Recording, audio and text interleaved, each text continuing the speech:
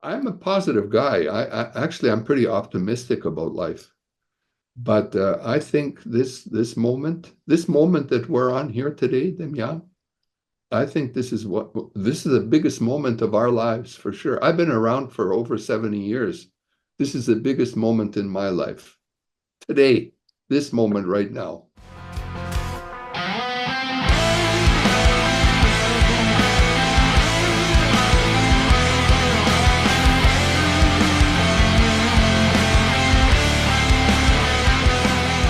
Welcome to Talking Ukraine in English. Our guest today is Andriy Semotiuk, an immigration lawyer based in Toronto, Canada, but he's also lived in Los Angeles and New York. We're going to talk about some of the legal aspects of the war, surrounding the war against Russia and Ukraine today, and get his point of view on that. But I'd like to maybe, Andriy, get a little bit background on yourself, some of your career, and I know you've done a lot of things with Ukraine over the years in various capacities. Um, so maybe give us a quick overview of some of the things you've done that might be interesting for people to know about. Sure. Well, first of all, I was born in Canada, in Edmonton, Alberta, Western Canada. It's a kind of a city with a lot of Ukrainians who came in various waves to Canada. I grew up there, but I went to high school in Los Angeles. My aunt lived in Los Angeles, my mother's sister, and they decided to shuffle me over to Los Angeles to do high school in Los Angeles. And I've lived my life largely going back and forth from Canada to the United States. And as you mentioned, I'm a member, well, I'm a lawyer, I do immigration work, and I'm a member of the bars of New York and California in the United States, and Ontario and British Columbia and Canada. So in the course of my work, I've always been involved in the Ukrainian community as sort of a part of my activities. I've written books about Ukraine, in particular, two books. One is a story of my mother's life called A Promise Kept, which is a biography of my mother's life. And the other is the Solomia Star of Opera's Golden Age, which is a story about my great aunt, who was Solomia Krushelnitska, a famous opera star and probably the world's leading opera figure in the first decade of the 1900s.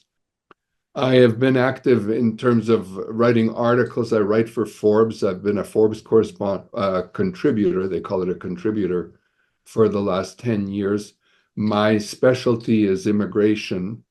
I work with Pace Law Firm as a US and Canadian immigration attorney. I was involved in New York in the Committee for the Defense of Soviet Political Prisoners back in the 1970s. And that was a small committee that did some very significant work back in the day. There were people like Roman Kupczynski and Adrian Karatnitsky and Victor Rudd and Bogdan Witwicki and others, Polish Motel, Charin, other people like this involved in that committee's work.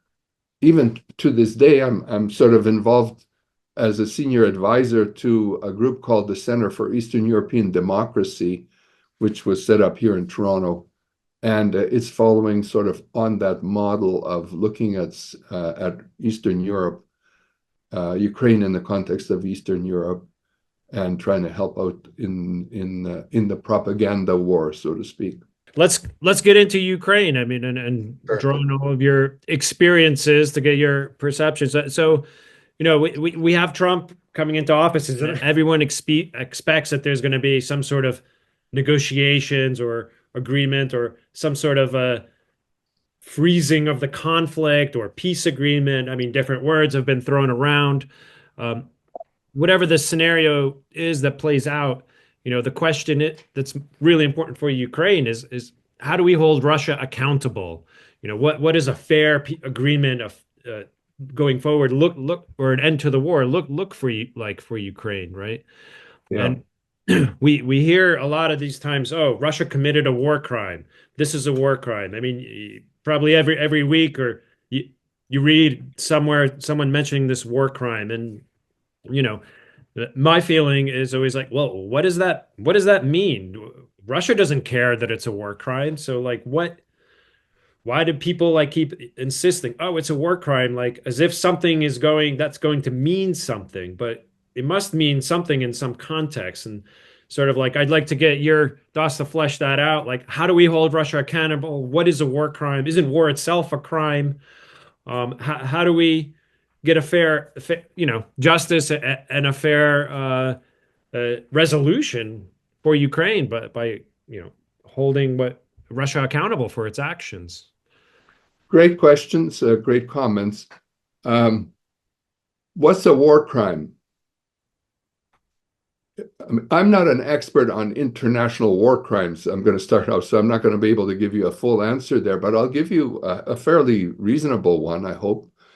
It follows during past conflicts, the nation states got together and decided there's got to be some sort of a rule-based way to conduct war. And they put together the Geneva Conventions, which defined what are war crimes, what are not war crimes. And the essence of it is that it's fair. Indiscriminate violence is not fair. People who are on the side, civilians leading their day-to-day lives are not legitimate targets for criminal. I mean, they're not legitimate targets for warring parties to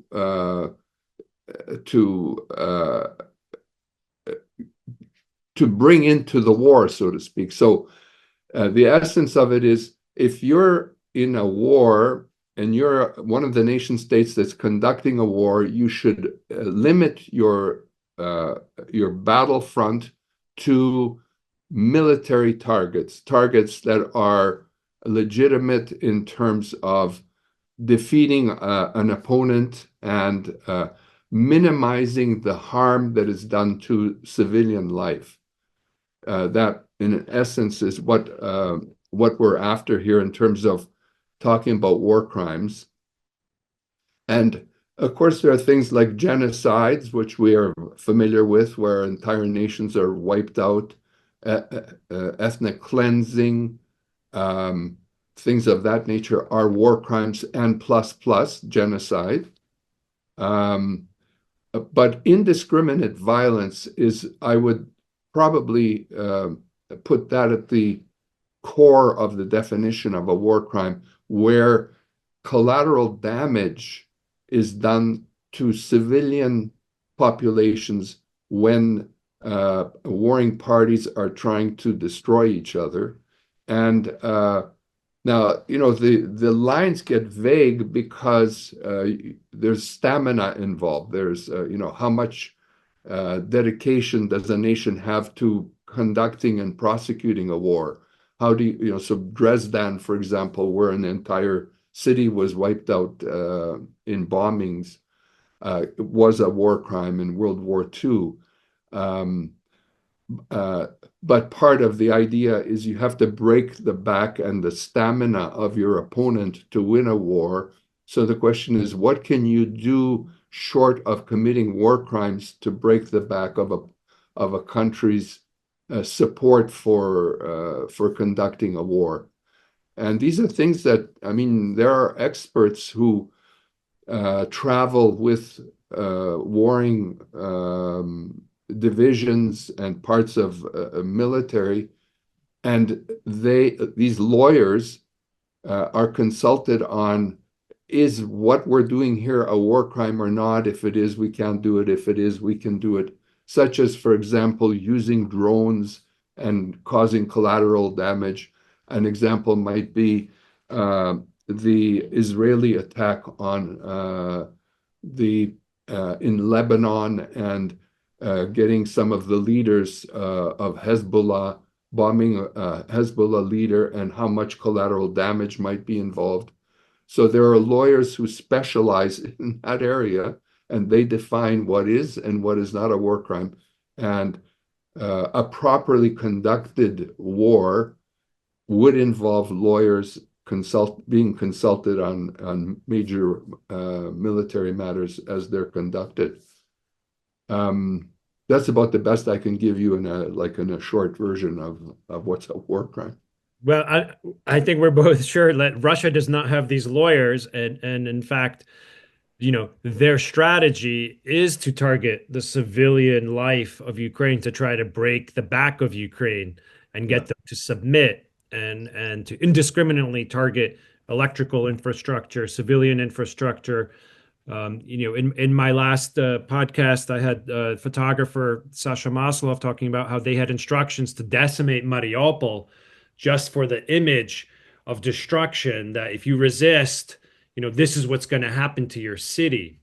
Yeah. Uh, so it's part and parcel of their war philosophy is to just, cause this sort of damage. So, you know, if they don't care, if this is like how do we or the world, or how does it work following up like that they torture people, people are raped, prisoners are maybe shot or beheaded, or I mean the list goes on and on.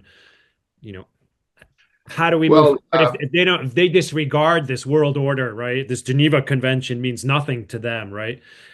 So how do we hold them accountable, or how does the world hold them accountable? What happens? How can there be a resolution for Ukraine potentially? well, okay.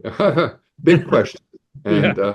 And you have to dance a little around these questions because I don't think there are any exact answers to them. But let me say this. I mean, historically speaking, life used to be, Genghis Khan times and so on. I mean, the horde would come along and slaughter everybody in a village, in a city, and take over, take the women, marry or whatever the women, and life would go on. That was a kind of a natural sort of state of affairs. But in what we consider to be the civilized world, after 30 million deaths in World War I and another 50 million deaths in World War II, we came to our senses, supposedly, at least in Europe, and reached a number of, well, worldwide, we came to our senses and we reached agreement on the way we should conduct ourselves, and we created the United Nations. First the League, which didn't work, and then the United Nations after World War II, which has been working for the last 75 years. And so there's the rules-based order, which is generally referred to as, civilized behavior in warfare and elsewhere, in the conduct of nations. But then there's countries, nations like Russia, and it's not the only one. And we, like maybe philosophically, we differ with the Eastern, perhaps, view of things. Like Russia would say, we're the ones that are violating the international rules that exist. But from the point of view of a lawyer from the West, shall we say, which is what I am, the United Nations Charter calls on nations to respect each other's border, and there's a whole series of agreements. And getting into the earlier question that you posed about how to keep Russia accountable for what's going on, I have a list right now of 20 previous agreements that have been reached with Russia or its predecessor, the USSR, in which the whole issue of respect for borders, sovereignty, human rights, and so on were agreed to. And there are covenants, the Covenant on Civil and Political Rights and other instruments, international instruments, that supposedly govern the behavior of states where they've agreed to a certain conduct, but unfortunately they don't comply. They don't respect the covenants. In the case of Ukraine in particular, apart from the UN Charter, the big agreement was the Budapest Accord, and I'm sure you're probably familiar with it, but just to briefly comment on it. Ukraine, Russia, the United States, China, the UK, and France all agreed in this Budapest Accord. And at the time, this is in 1994, following the breakup of the Soviet Union, Ukraine ended up with the third largest nuclear arsenal in the world, involving both strategic and tactical nuclear weapons. And the question is, well, what are we going to do about this? Should Ukraine keep these weapons or whatever? And the United States, Clinton in particular, was very anxious to relieve Ukraine of its nuclear arsenal. And an agreement was reached in which that arsenal was sent to Russia in exchange for guarantees for Ukraine to protect its sovereignty and independence as the cost of surrendering the nuclear arsenal. Well, we know today that Russia has not complied with that agreement. The one good thing about the agreement is we can use it as an argument in the United States, in the UK, etc., as a reason why they need to be supportive of Ukraine. I think that's the strongest argument that we can put forward to the United States, that Ukraine is not a charitable case where we have to give our money to them because, they're involved in a war, but rather because there was the threat of nuclear war and Ukraine surrendered its nuclear arsenal for the sake of securing peace for itself and hopefully for Europe in that context, but regretfully, Russia has not complied with it. The question about accountability is war. This war is accountability. That's what this war is all about. It's not about signing a new agreement to have Russia, stop. We're trying to keep Russia accountable according to the agreements that have already been made. And what's the tool to enforce that? Like, for instance, you hear like, oh, they were tried in absentia, right? So The Hague can make a judgment or do a case against the person who's been suspected or what is the legal word to brought to trial for crimes, but they're not present because they can't be extradited from Russia, so they have a trial in absentia, right? So is that what does that mean, and how does that play out in the scheme of the real world pressure? Or is it just symbolic? Is that something that's just well, let's put it this way. A key precedent for us is Nuremberg.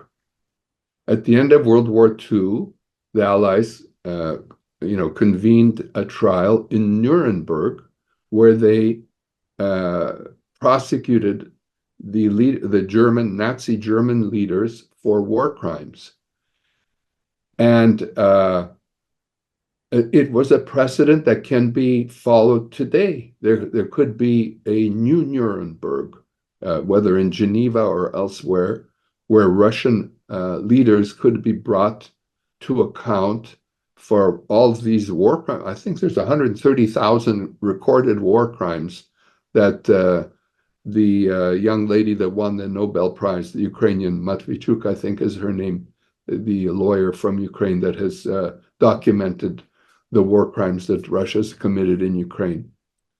So now there's a discussion about how this might happen if Ukraine were able to win the war, how these leaders could be prosecuted in a new Nuremberg-style prosecution. And Nuremberg itself was extraordinary in the sense that one of the warring parties at Nuremberg, and one of the parties that participated, was the Soviet Union. I mean, we had a Soviet prosecutor in Nuremberg. So in the eyes of many people, a party that initiated World War II along with Nazi Germany through the Molotov-Ribbentrop Pact, one of the initiators of World War II was prosecuted, but the other initiator wasn't, and was actually trying the first initiator. They had a judge, a Soviet judge, hearing the evidence, and a prosecutor that was involved in trying to prosecute the Nazi leaders. So how does that work? But if you read some of the history of Nuremberg, the American and the Western jurists that were at Nuremberg wanted to be sure that the defendants, the accused, had an opportunity to put their case forward fairly and for them to be heard. They gave them the capacity, despite its flaws, to enable the defendants to present their case and their defenses fairly. The main defense that was presented was, I followed orders. Hitler gave the order and I followed orders. It's not my fault. I just followed orders. And, that's been argued in other cases since, in the United States and Vietnam and stuff like that. I just followed orders. And of course, that's what the Russians will say. I followed orders. It wasn't my fault. It was Putin's fault. And the jurists in Nuremberg had to play around with this and establish that no, it's not that you're following orders. You have a duty to ensure that you don't commit war crimes. It's just, as a military leader or as a political leader, you are under an obligation under international law not to commit war crimes, and not to abide by orders that are clearly designated or designed to commit war crimes.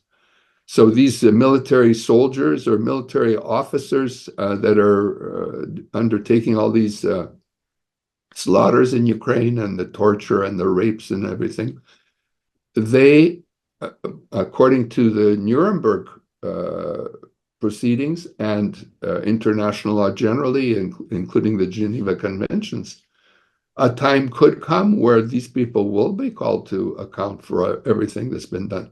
But there's a victory needed. Ukraine has to win. That's what I was going to say. Germany lost the war, and so they were that sort of pressure and reckoning was able to happen inside Germany, but it's never going to happen inside Russia if the realities on the ground are accepted, and their new territories that they occupy of Ukraine. That becomes the contact line, that's frozen. Yeah. So at the moment, and I hope this discussion is meaningful to you. I hope, we're getting somewhere in this discussion. I don't want to be I don't want to fudge things, but on the other hand, I don't want to sort of wander into areas where I'm not an expert and I don't know what I'm talking about, kind of. Yeah. I want to speak from authority to the degree I have some authority to talk on the subject.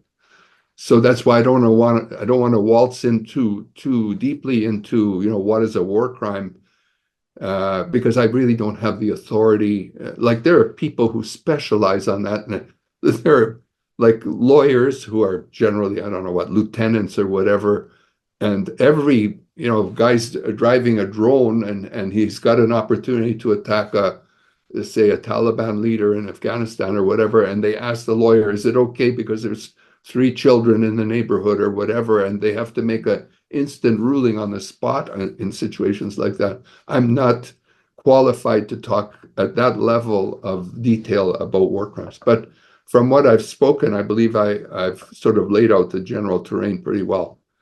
This moment, the way things look is, Demiana, that there's going to be some sort of a discussion about another negotiation and another agreement. So we haven't had enough of agreements yet. It seems the West is still, I don't know what, intoxicated by the idea that you can reach an agreement with Russia and that they will be forced to comply with it. I think Ukraine has learned enough to know that you can't rely on Russia complying on an agreement. But I was watching an interview that Korotnitsky gave just last night on CBC, and he said that polls indicate Ukrainians are ready to, enter into some kind of agreement, or they're ready to finish the war. They want the war to end. The polls that indicate. Yeah, I mean, people are fatigued. I was just in Kyiv recently. Certainly, there's exhaustion, and I guess the overall sentiment has changed where Yeah. they want to somehow go on with their lives and Yeah. Now, I'm gonna, if I may, I'd just like to comment on Trump and what can be expected. Zelensky has used a very different approach to Trump than he did with Biden. And I credit him for that.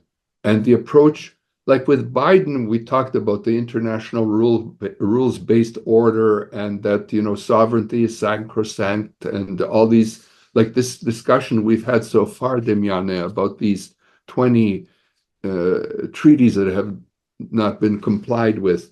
That's a discussion that you would normally have with a guy like Biden. Zelensky, looking at Trump and reading him, felt that that's probably not the right way to go with him. And I think he put forward the idea that Ukraine is a cornucopia of resources, that there's $27 trillion worth of resources in Ukraine that could be exploited by America if America helped Ukraine win the war, that America could be given a sort of a priority in terms of the exploitation of the resources. I think there's something like $2 trillion worth of oil and gas resources just off Crimea alone, and that but in the overall context, it's a jewel, like a $27 trillion jewel. So I think he was appealing to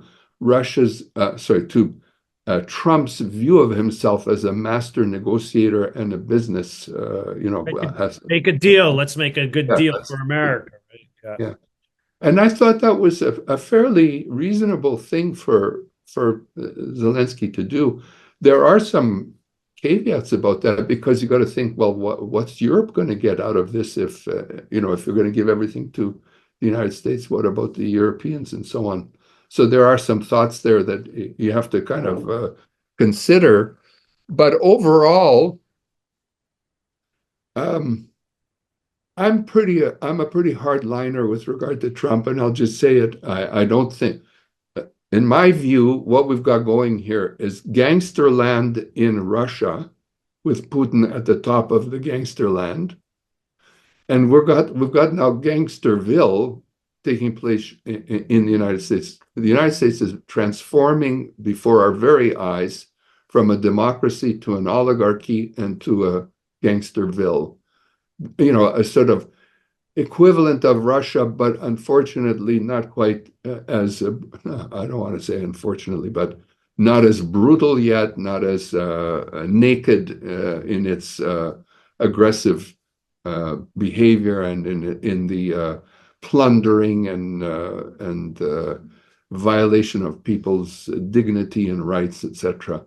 There's this increasing new orientation in the United States that it's going to be, instead of rule of law, what's taking place is we're going into rule by law. And the way things are going in the United States is that Trump and his colleagues and the MAGA group in the United States are their philosophy is get these rules out of my way. I'm trying to do something here, and if these rules are in the way, well, then just get the rules out of the way. This kind of a attitude. To draw an analogy, and look, I'm just openly speaking my mind, and this is the way I see it.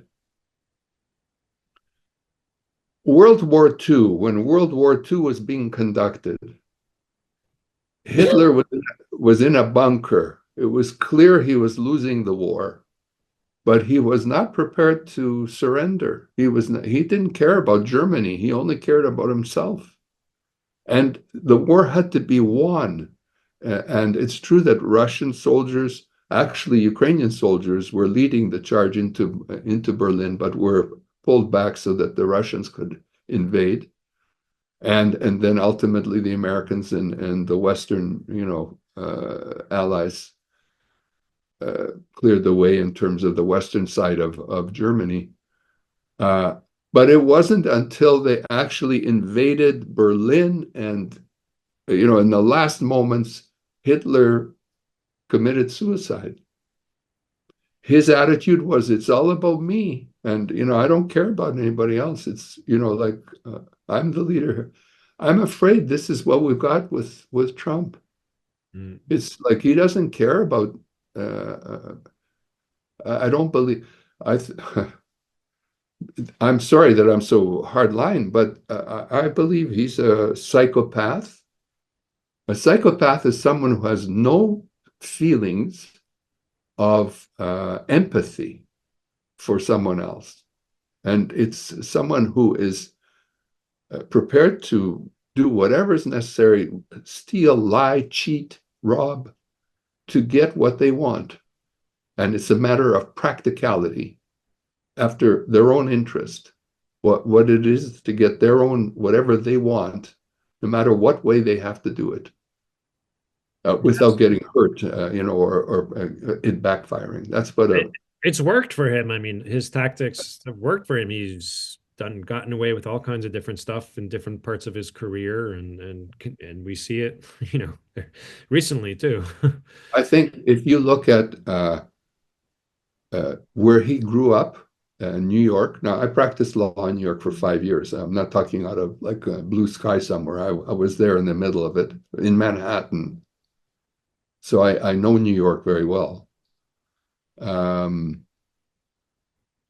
real estate industry in New York is not for, cream puffs. You got to be a pretty tough guy to get through the real estate industry in New York, to do construction and, building projects in New York City is it's not all just nice guys, talking to each other over dinner. It's like, you got all kinds of dudes in there with their own personal interests and unions and mafia even in there, and guys like that.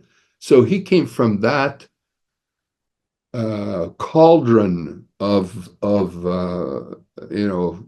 tough life, survival, that kind of sauce. Mm-hmm. And if you read, there's a book called the Greatest Con, I think it's called, or The Longest Con. It details his life. I just read it not long ago. And it's all, Roy Cohen was his mentor. Roy Cohen was like, he worked for during the 50s, the anti-communist purges in Washington. He was a lawyer working for, who was the guy who was McCarthy? Yeah, McCarthy, there you go. And so he learned his skills there. And following that, he, pretty much, he was a guy who knew how to get around the law and do whatever is necessary to get whatever you want. And he thought he was Trump's, mentor, basically. And, if you look at his life and where he came from and so on, it's understandable why he is the person that he is. Yeah. Like, yeah, he can stop the war in Ukraine by telling Ukraine, I'm not supplying anything to you guys anymore. That's it. But that's not going to stop Putin from the invasion. I don't know what he's got over Putin. I don't think he's got anything over Putin. No, Like Trump is Mickey Mouse compared to Putin. We're walking around in the United States, they're talking about Musk, Elon Musk, richest man in the world. No, no, no. He's peanuts. Putin is the richest guy in the world. He's stolen more than anybody. This guy, I mean, Elon Musk is minor leagues for Putin in terms of wealth and power. And in my view, like uh, they think that they know how to deal with people like Putin. Oh, wait, they have no idea how to deal with people like Putin. Putin grew up in the KGB, like he was from the very beginning in the KGB through, you know, well, Putin also has like full power. I mean, he's pretty much like a Tsar, a dictator, What whatever he says goes. I mean, there's like the official rubber stamp of the Russian parliament, but Putin rules with iron hand. It's a vertical power structure. yeah. In the America and Europe, it's nothing like that. No one has that much power accumulated in one person like Putin does. Well, look, you don't do what I want. Your kids, your wife and kids are going to be, you're going to find out that your wife and kids have been slaughtered or whatever. Or you want this job, you want to be a senator in the United States, you play by my rules, or I'm going to run someone against you, and you're not going to be a senator anymore. All this power that you have, it's gone. These are the kind of rules, like behind the scenes. I don't think these people.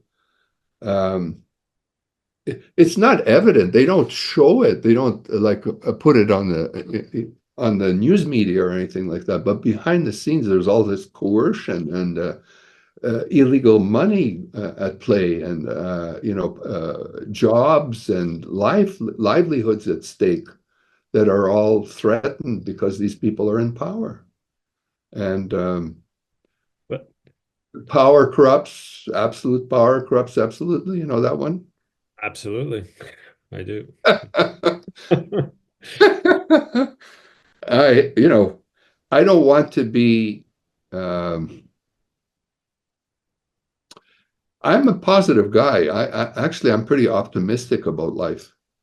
But I think this moment that we're on here today, Demyan, I think this is the biggest moment of our lives for sure. I've been around for over 70 years. This is the biggest moment in my life. Today, this moment right now. In 1930, forgive me, I'm just kind of waltzing around all over the In 1933, Hitler came to power in Germany.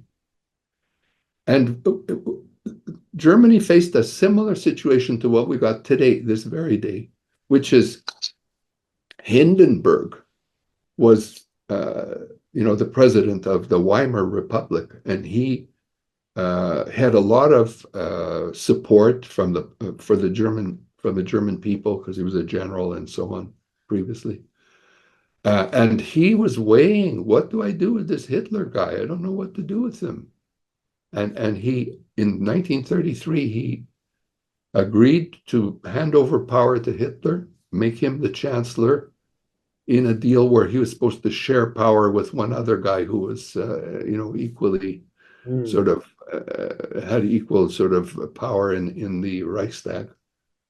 Hitler seized power, took over all the police and military parts of government, and within a little while he had eliminated anybody else. Like everybody was now under him, and he was ruling.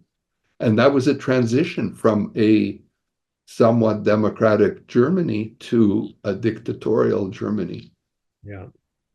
I don't know what's happening in Washington, whether I think that's a direction that we're going in Washington. Well, I find it's definitely going in that direction. I find it hard that he'll have more than 4 years, but like consolidating power within his family could be, something that he's trying to do beyond presidential term. And so have this oligarchy, if you will, Yeah. uh, of people loyal to him. But I like to look at these things that, for every reaction, there's an equal and opposite reaction, and somehow people get mobilized and motivated to fight against those tendencies if the push comes to shove. And so there will Well, be a there's response to that. there's a lot of hope because the United States is a federation. There's states and all that kind of thing, and there's the courts and limits to power uh, everywhere. Like the press is an instrument of limiting power, and and I mean, there are great leaders in the United States, even Republican leaders who, see the danger of unlimited power and where America's heading with Trump. But the Weimar Republic, I think, had a similar kind of a thing. It was unexpected. People did not think that, like even the Jewish survivors of the Holocaust talk about how could such a cultured nation with Bach and Beethoven and all these kind of people descend to such darkness in that instance. And you got to wonder what's happening in America and why. I mean, there are reasons for it. I mean, it's not like this is a secret.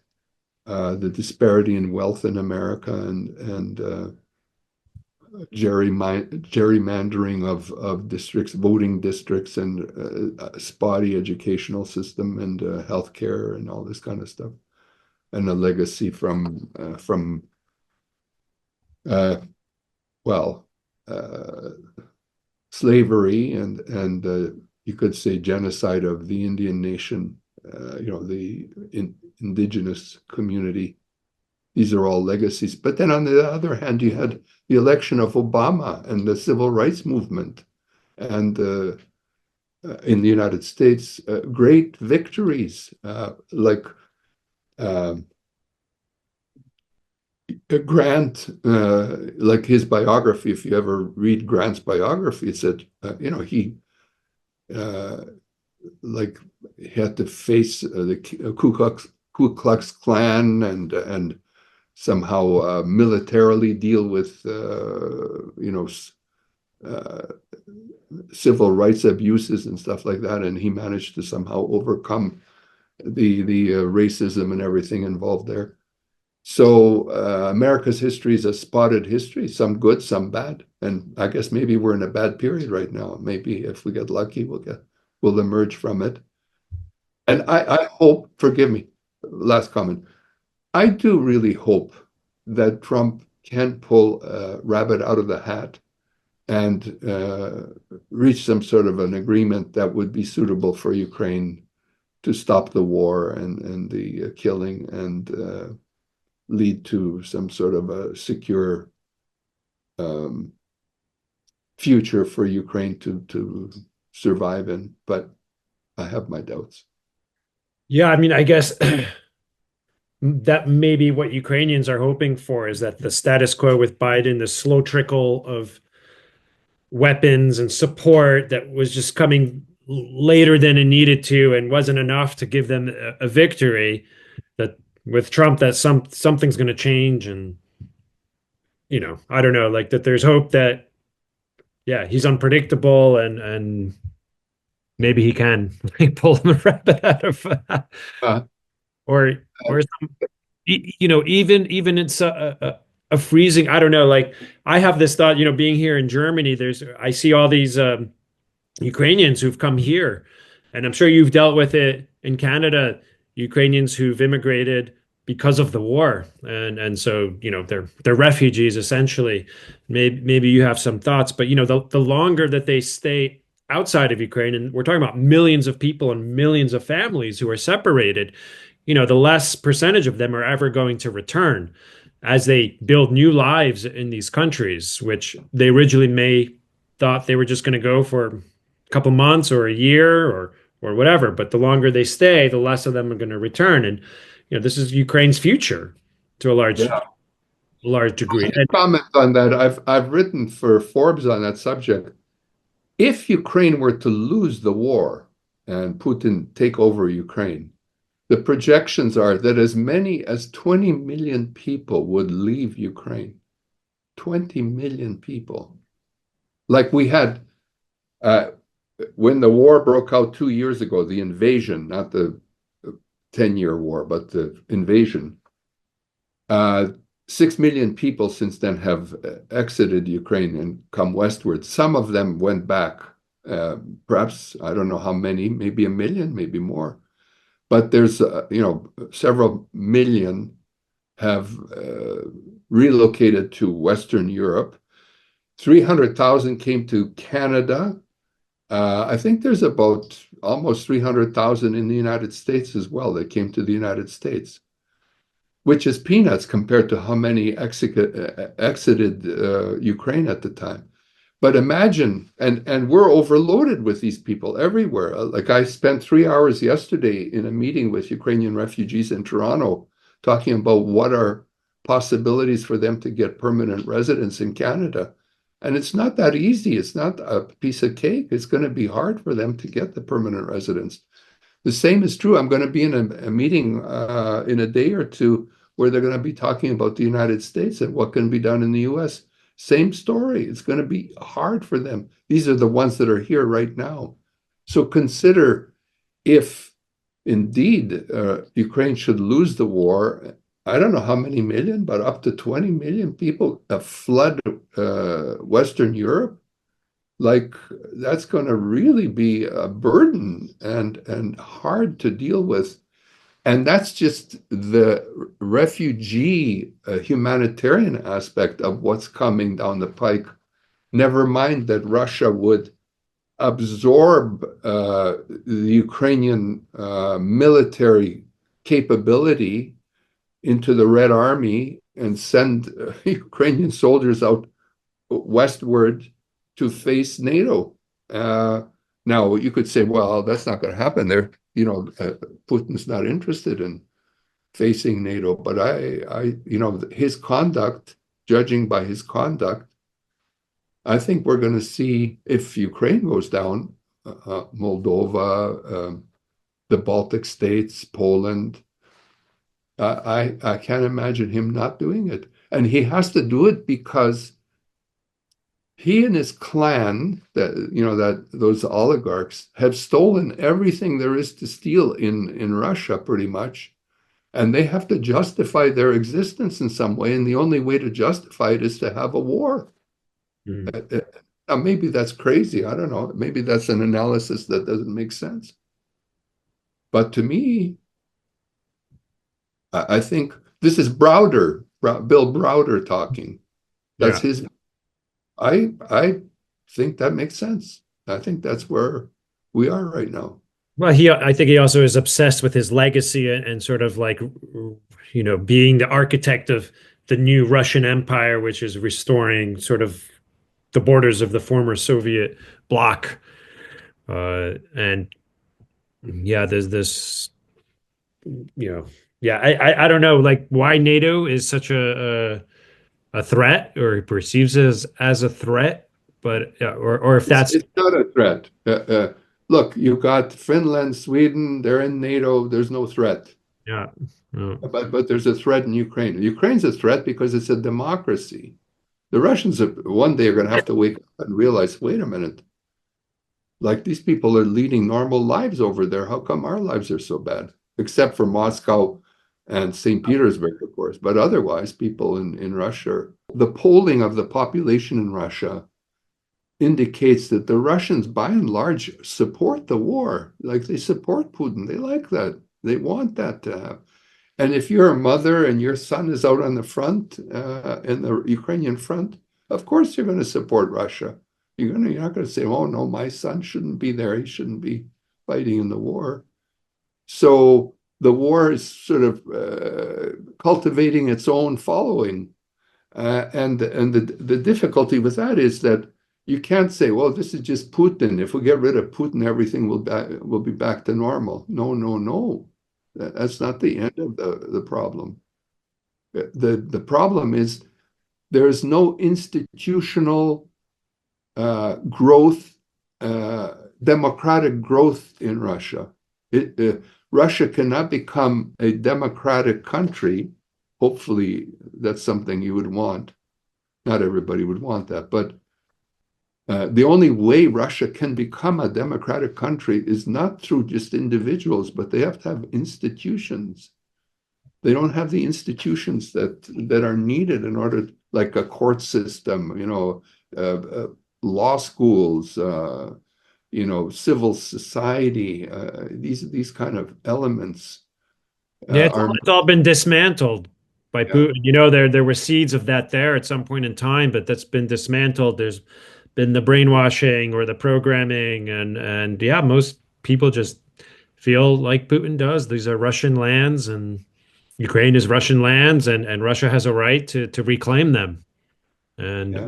whatever the motherland needs, we are willing to to give and sacrifice, sort of, to be brief. And Applebaum is very good on this.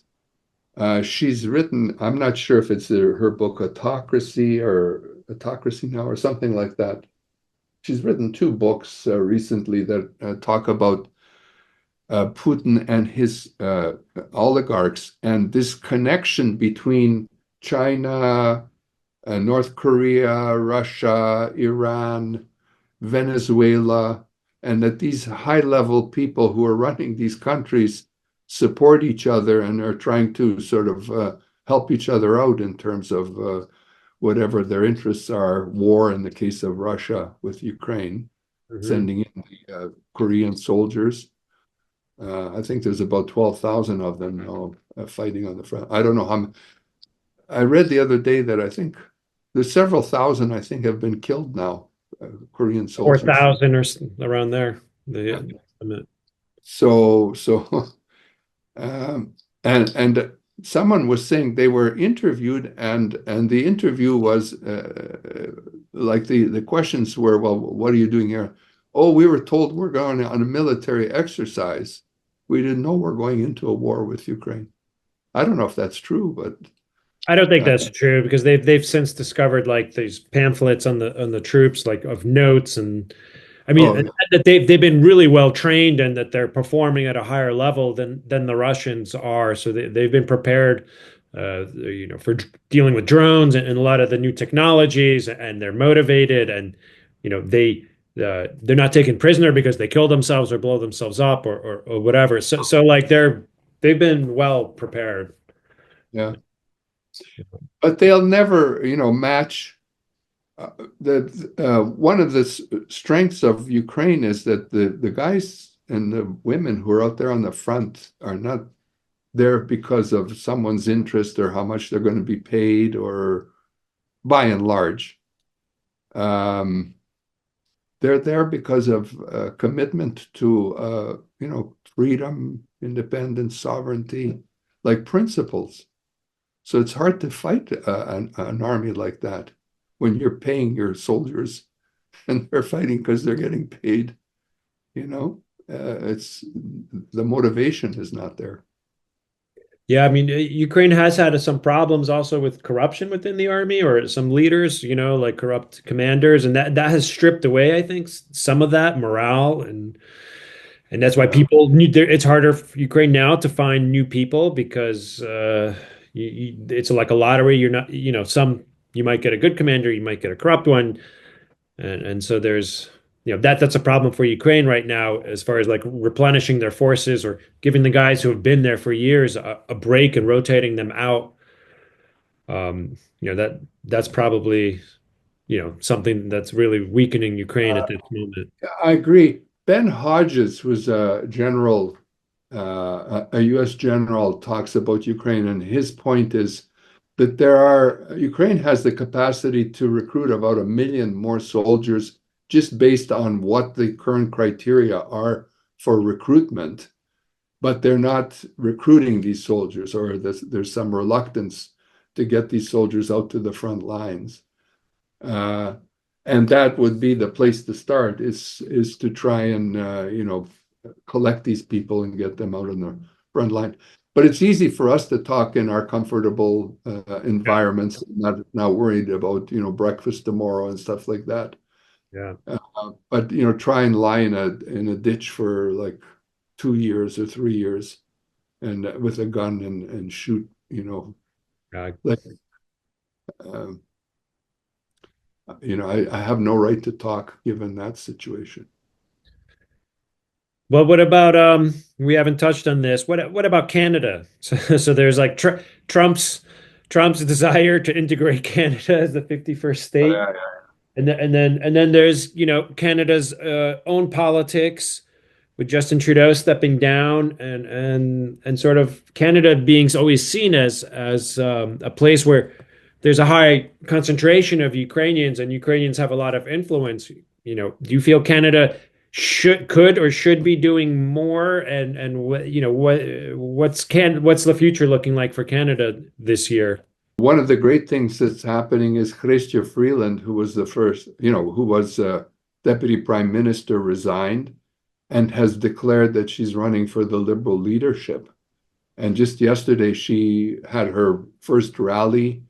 It was interrupted by some people, I think Palestinians, who were complaining about Gaza there. So it took time to get everything sorted out. But she, declared that she's the person for the job because she did the negotiations on the free trade agreement before with Trump, and she feels that she can, stand head to head with him and deal with him. And there's a lot of common sense in what she's saying because of all the candidates, she is the most experienced. But unfortunately, she's very closely tied with Trudeau, and since Trudeau was given the heave-ho, she's going to have to distance herself from Trudeau and somehow win the public over to her side. It's early yet, but this campaign's going to go very quickly. I think it's maybe about 5-6 weeks or whatever, and they have to pick a leader. So that's hopeful. That's hopeful because you think that Canada's help towards Ukraine would increase if she was in charge. Well, at least she knows what's required and she would do what I think is needed. And she's a leader, not just in Canada, but worldwide. Like she's a voice of reason with regard to Ukraine worldwide. She has her faults, maybe, here and there. She's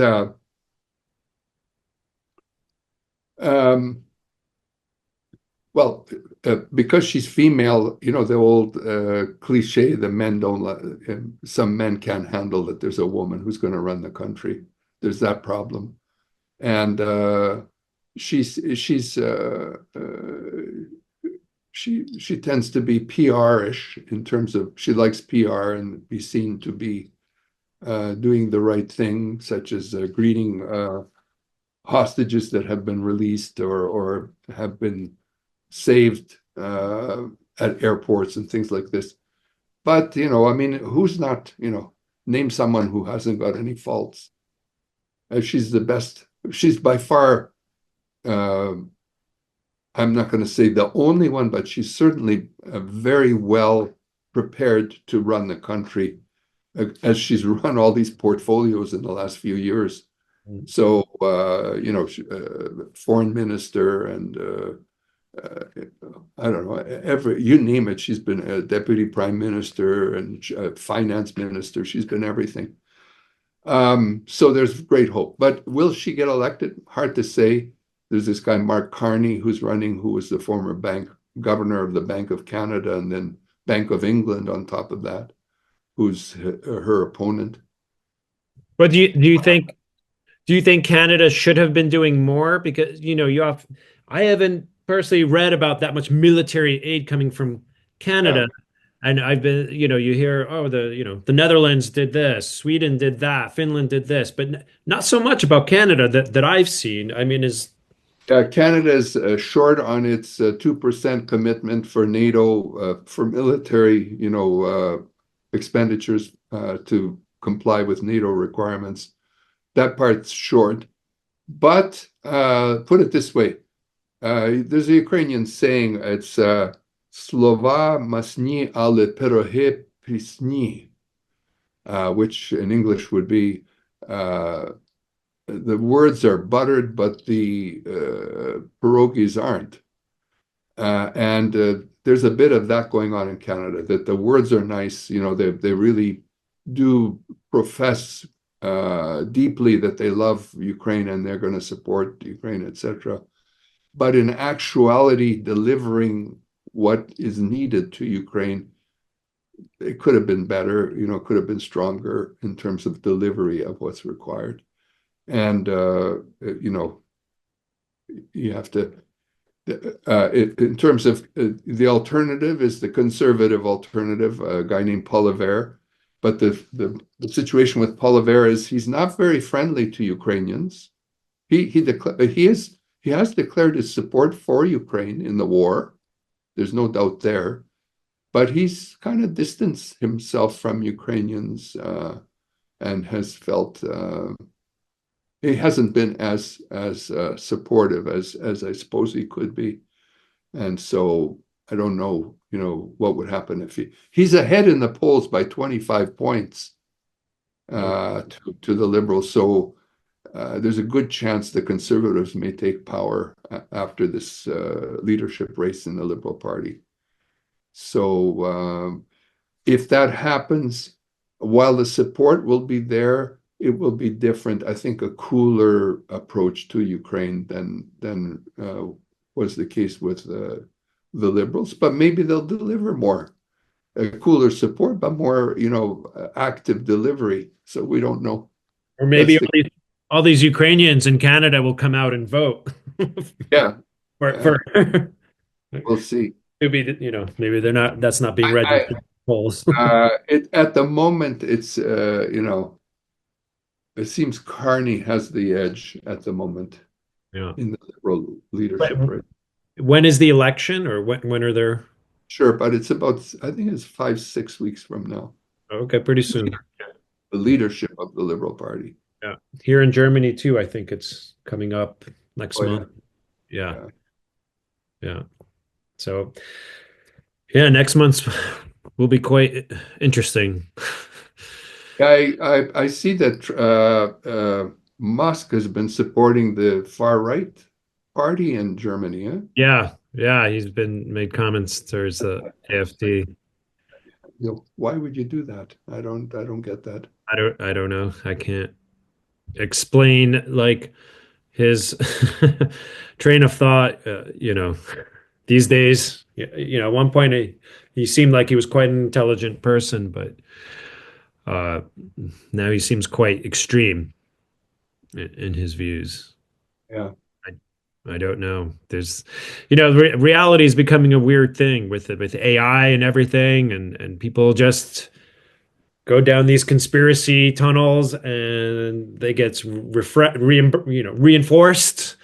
And Oh, what's true, what isn't true, like you can't prove anything one way or another. There's no like common sense consensus about what's real and what's not. And yeah, it's creating a lot of popularity for these like more extreme political groups, I yeah. think.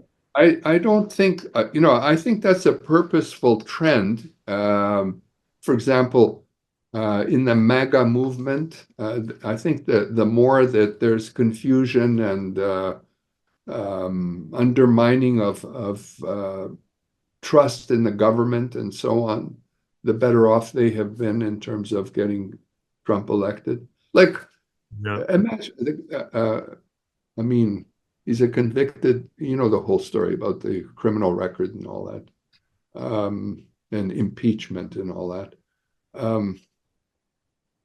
the idea is to undermine fact and truth and trust. Try to if you're opposed to the American way of life and you're trying to downgrade America in terms of international affairs and so on, what do? You go after those things. Trust in their government, try to blur what is fact and what is reality,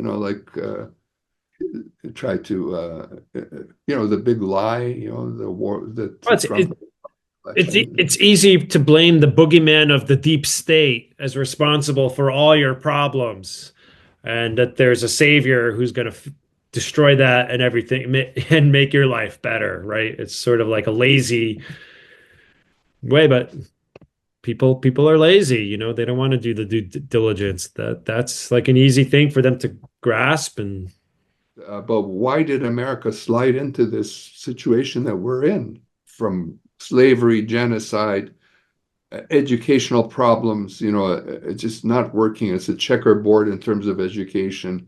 The healthcare is run by industry, by the insurance industry, and it's hard to get good healthcare, et cetera, et cetera. going back to like the media and entertainment world and the press, Yeah. like we met at the first official meeting of the Ukrainian Hollywood Trident Group, Yeah. which was a desire for Ukrainians in the entertainment world to sort of stay connected and work with each other. And it seemed at the time there was a lot of buzz around that, and then it sort of fizzled out. I don't know. Can you maybe just briefly like talk about like how did that come together? Because you were one of the original sort of like organizers of that, and then what happened? Well, yeah. So we were trying to collect all the Ukrainians in Hollywood together, anybody who's working in the film and entertainment industry, to form a sort of a kind of a group. We called it the Trident, Hollywood Trident Group, and we attracted Jack Palance, Palahniuk in Ukrainian, Palance, to be our leader, who came to our meeting and sort of blessed our effort. And we had quite a group going. We had about 40 people that were attending meetings, and people were flying in from all over North America to attend our meetings. And our effort was to raise the profile of Ukrainians and Ukraine in the entertainment industry.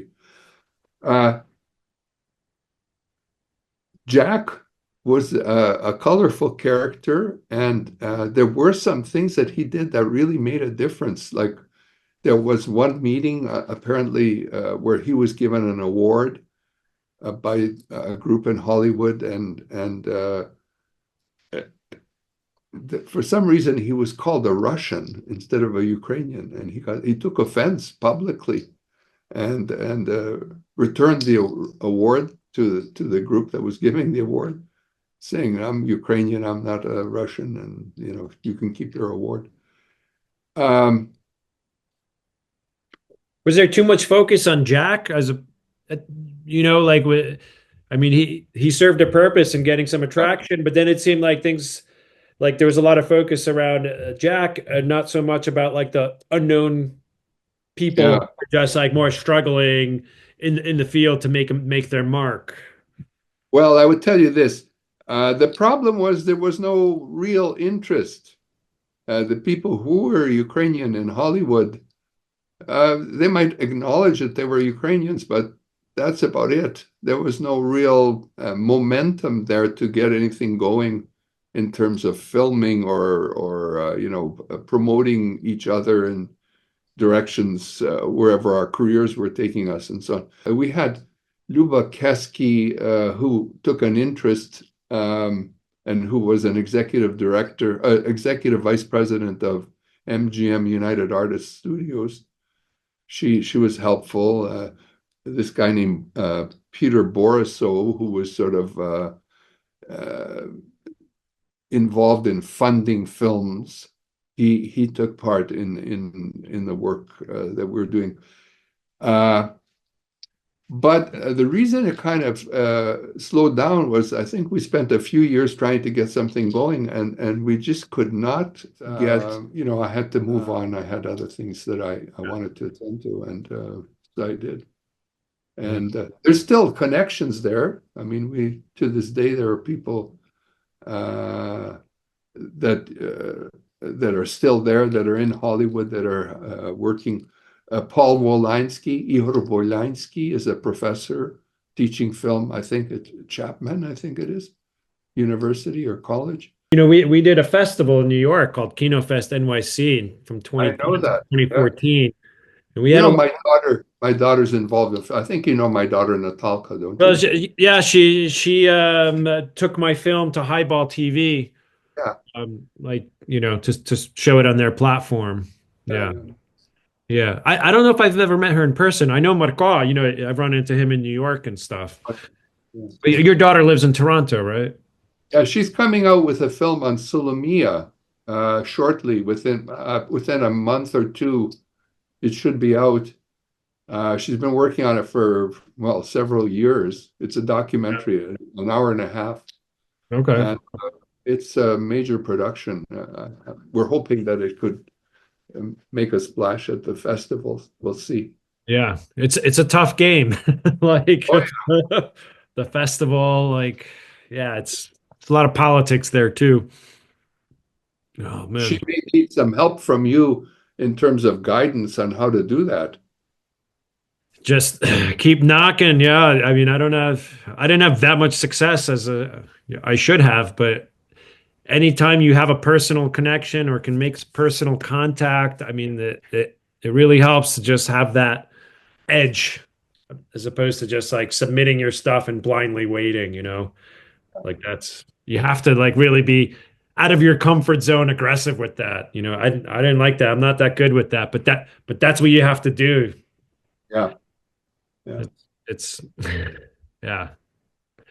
I mean, unless you have a sales rep, or an agent who's willing to do that for you, then let them do that. And that's what they do. Otherwise, you really have to be your own agent and sales rep. And it's a grind, Yeah. Yeah, it was fun. It was fun. Thanks for having me on. I appreciate I like this format. You're able to get into a lot of different, see where the conversation goes and dig in. And, I mean, it's a tough sell in people with this short attention span economy that we have today. But, there's some people who watch it, not a ton, but people who want to do a deeper dive, there's people who do listen to these things. That's great. No, it is great. I think it's a good thing you're doing. Yeah, I need to also think about how I can expand, because there's potential people who don't know about it who would be interested in it, but it's tough to promote on social media these days. The algorithms don't quite, push. I'll share with you. I enjoyed having these conversations and them recorded at this moment in time, even if now, maybe people aren't interested at some point, you can revisit these, this period of Ukraine's history. Oh, yeah. No, it's a good thing to do. This is a growing industry. It's a great thing to be involved in. Yeah, I'm enjoying it. I can do it from here in Germany and still feel okay, I'm connected or putting something out there into the information sphere. The films, it's such a grind to find money to put it together, to then get it out there and get it seen, and you're putting all your eggs into that basket. And so for me right now, this is kind of it's good. I mean, I'm sure I want to do a third film. Can you make money out of it though? No, not with this. No. Even with documentaries, it's really tough. I mean, you really have to have something that resonates a specific way and be in the right time in the right place. And let's see who else I can get on and where it goes. Keep it up. Доки всі сплять, доки сонце іще не зійшло, гине вогонь, догоряє остання лампада, Де той літак, що світанком візьме на крило і понесе? Там, де небо, тепло і зорепад, доки всі сплять, доки тиша скрипить за вікном, холод весни заповзає в кімнату над ранням. Де той вокзал, що покличе сигнальним гудком і проведе між одвічними вперше й востаннє, доки всі сплять, доки сон обіймає рідню в світлі вогню, де ледь чутно виходиш з кімнати, сонце встає, йде назустріч наступному дню, а літаки й паротяги чекають команди.